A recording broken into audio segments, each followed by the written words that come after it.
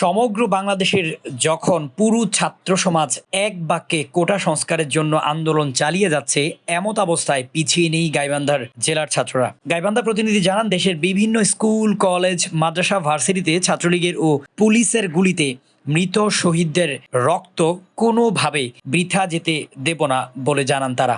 স্লোগানে স্লোগানে ছাত্ররা আরও বলেন, চেয়েছিলাম অধিকার, হয়ে গেলাম রাজাকার। ছাত্রদের শান্তিপূর্ণ কর্মসূচি হঠাৎ করে উত্তপ্ত হয়ে গেলে গাইবান্ধা জেলা সশস্ত্র বাহিনী police rubber bullet, tear shell ব্যবহার করে তাদেরকে ছত্রভঙ্গ করে দেয়। এই ঘটনায় ছাত্র পুলিশ সহ 25 জন গুরুতর আহত অবস্থায় গাইবান্ধা মেডিকেল কলেজে ভর্তি করানো হয়।